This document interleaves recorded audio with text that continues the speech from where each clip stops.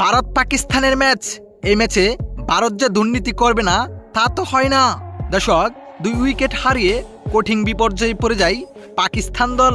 এতে ব্যাট করতে নেমেছিল ফখর জামান ব্যাট করতে নেমেই যেন রীতিমতো বিপদে পড়ে যায় পাকিস্তান। দুর্নীতির দিকে এগিয়ে যান টিম ভারত, যেখানে সুন্দর একটা ডেলিভারি দেন ফখর জামানের দিকে হার্দিক পান্ডিয়া।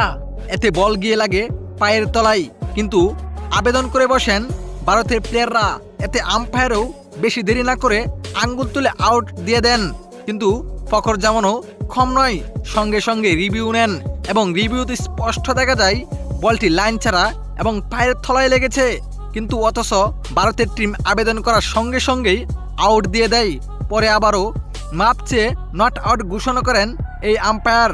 দর্শক, শুরু থেকেই ভারতের এমন দুর্নীতি আপনি কিভাবে দেখছেন?